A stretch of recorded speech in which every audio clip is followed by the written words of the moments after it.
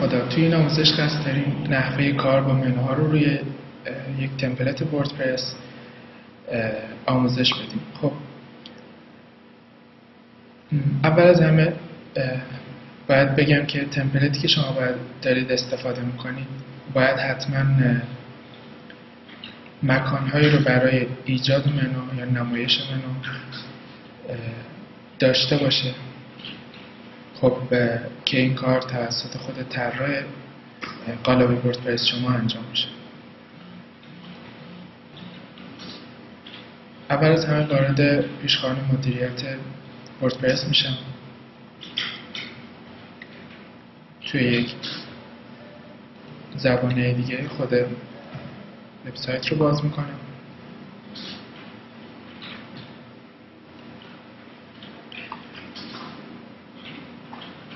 اگر توی تمپلیتی که برای شما طراحی شده امکان استفاده از منوها پیش بینی شده باشه، در زیر مجموعه گزینه نمایش گزینه به نام فهرست دارید.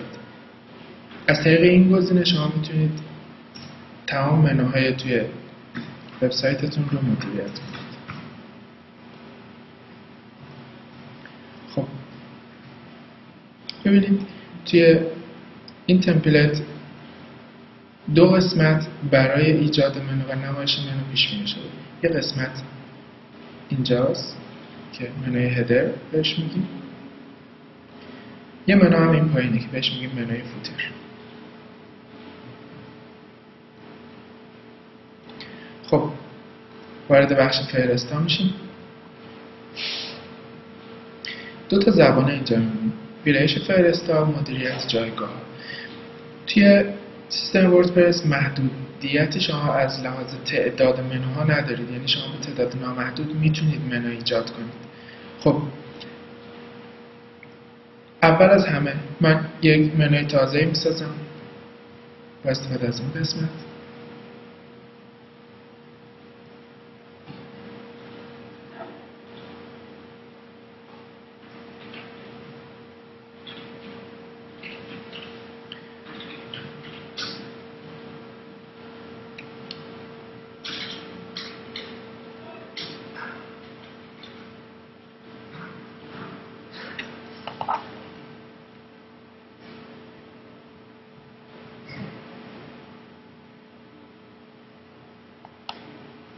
خب نام منو رو مشخص میکنید. من اسمشو میذارم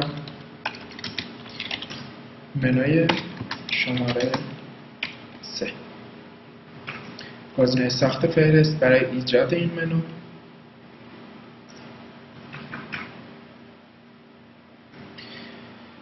و حالا میتونید آیتم های داخل این منو رو شما مدیریت کنید. من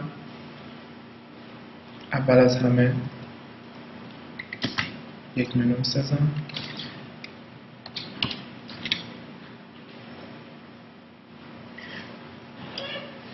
اینم بگم توی کادر سمت راست ما 3 تا گزینه داریم: برگه، پیوند، دسته.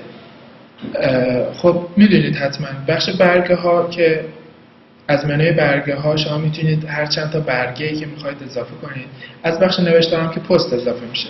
خب اگر شما بخواید یک برگه مثل تماس با ما یا درباره ما رو اضافه کنید، از این قسمت شما اینجا بخش برگه ها 3 تا تب دارید. تازه ترین ها، یعنی بیشتر گزینه‌هایی که شما بیشتر استفاده کردید توی منو، دیدن همه تمام برگه ها رو برای شما لیست میکنه و جستجو هم در صورتی که شما خیلی برگه داشته باشید و نتونید از بخش همه یا تازه ترین ها به سادگی اون گزینه رو پیدا کنید، اینجا با وارد کردن قسمت یا تمام اسم اون برگه رو برای شما نشون میده.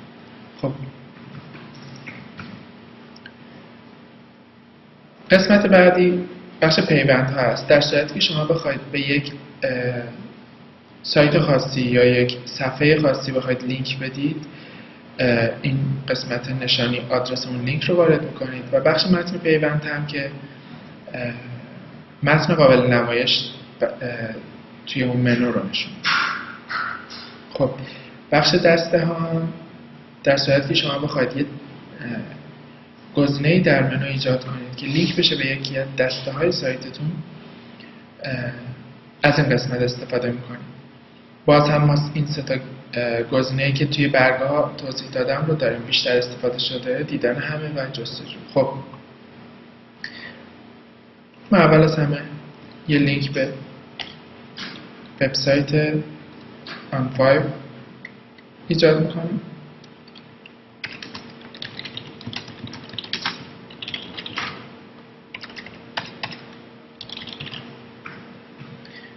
با زدن گزینه افزودن به فهرست منو ایجاد میشه.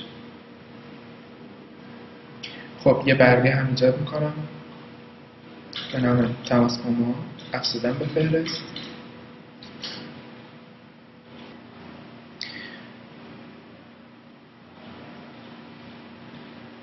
بخش دسته ها، خب یک آیتم منو هم میخوام به دسته بسیجیان لینک بشه، افزودن به فهرست. خب و در نهایت ذخیره فهرست.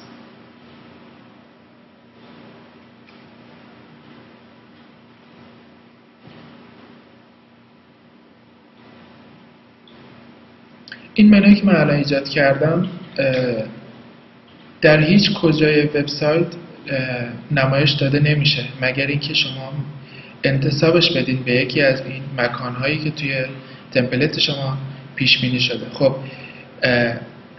این قسمت پایین ببینید نوشته جایگاه ها در پوسته. خب دو قسمت توی پوسته ما برای نشون دادن منو پیش بینی شده. یکی منوی اصلی سایت، یکی هم منوی فوتر که اینجاست. منوی اصلی سایت اینجا و منوی فوتر هم این قسمت. خب من میخوام که این منوی که الان ایجاد کردم، منوی شماره 3 در منوی اصلی سایت یا بالای وبسایت من نمایش داده بشه. میریم از بخش مدیریت جایگاه ها. خب منوی اصلی سایت و منوی فوتر. لیست تمام منوها رو شما این جلوی هر گزینه دارید. خب منوی شماره 3 رو انتخاب میکنم و ذخیره تغییرات.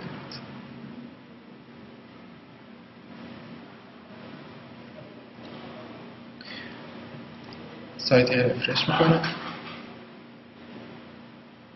بله این منویی که ما ایجاد کردیم انتساب داده شد به این قسمت. طراحی وبسایت On5، تماس با ما، بسیجی. خب برمیگردیم. مواقعی هست که شما میخواین برای یکی از گزینه‌های منوتون زیر مجموعه ایجاد کنید. خب در مرحله اول خود منوتون رو انتخاب میکنید تا بتونید آیتماشو ویرایش کنید.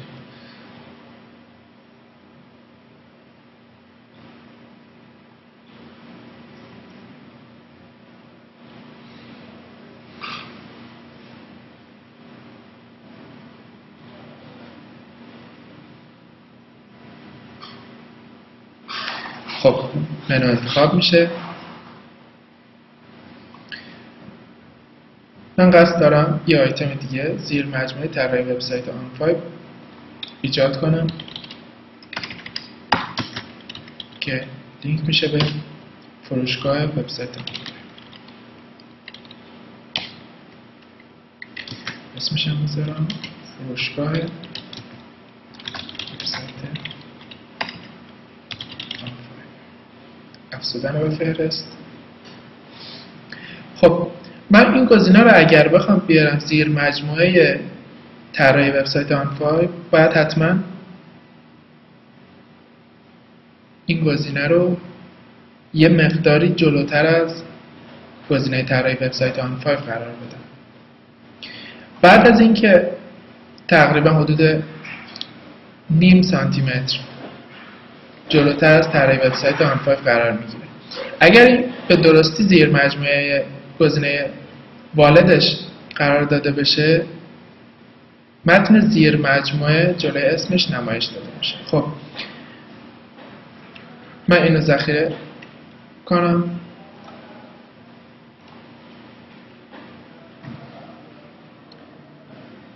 سایت رو رفرش میکنم. میبینید که به درستی این زیر مجموعه ایجاد شده و گزینه فروشگاه وبسایت آن فایل زیر مجموعه طراحی وبسایت آن فایل. خب از لحاظ تعداد شما هیچ محدودیتی ندارید. هر چند تایی که بخواید میتونید زیر مجموعه این آیتمتون قرار بدید. البته بستگی به خود کدنویسی قالبتون هم داره که تا چه سطح شما بتونید زیر مجموعه ایجاد کنید. توی این تمپلیت تا 3 سطح ما میتونید زیر مجموعه بسازیم. خب سطح اول، سطح دوم و سطح سوم که گزینه برگه نمونه هست. خب رفرش. ببینید طراحی وبسایت دوتا تو سطح اول، سطح سومش هم برگه نمونه.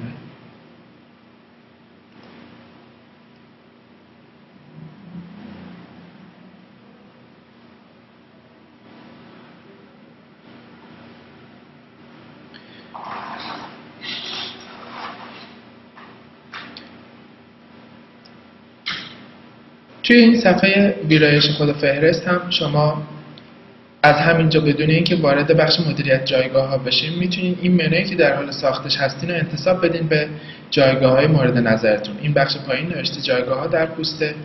هر کدوم از این مکان هایی که مد نظرتون هستی که شما اگر فعال کنین این فهرست انتساب داده میشه به همون مکان. خب در صورتی که یک آیتمی رو بخواید ویرایش کنید متنش رو یا کلا دلیتش کنید از این گزینه فلش سمت پایین میتونید این موارد رو انجام بدید. متن خود منو این قسمته. صفت عنوان داخل صفت تایتل اون منو قرار داده میشه. بعد گزینه حذف کلا این آیتم رو دلیت میکنه و لغو هم که میبنده. خب در صورتی که شما بخواید برای یکی از این آیتم ها کلاس اضافه بکنید از بخش بالا تنظیمات صفحه گزینه کلاس CSS رو فعال میکنید. بخش هدف پیوند برای ایجاد صفت تارگت هستش. دوتاش فعال میکنم. حالا اینجا شما میتونید برای هر کدوم از این آیتم ها این دوتا خصوصیت رو تنظیم کنید. کلاس و گزینه نمایش پیوند در پنجره یا زبانه تازه. خب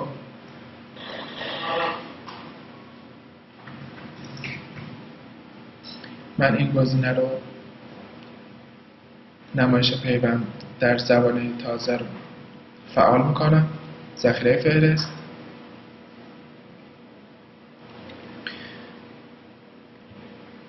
سایت رفرش میکنم. خب برگه نمونه باید توی یک زبانه جدید باز بشه که میبینید درست. خب امیدوارم این آموزش براتون مفید باشه. خسته نباشید.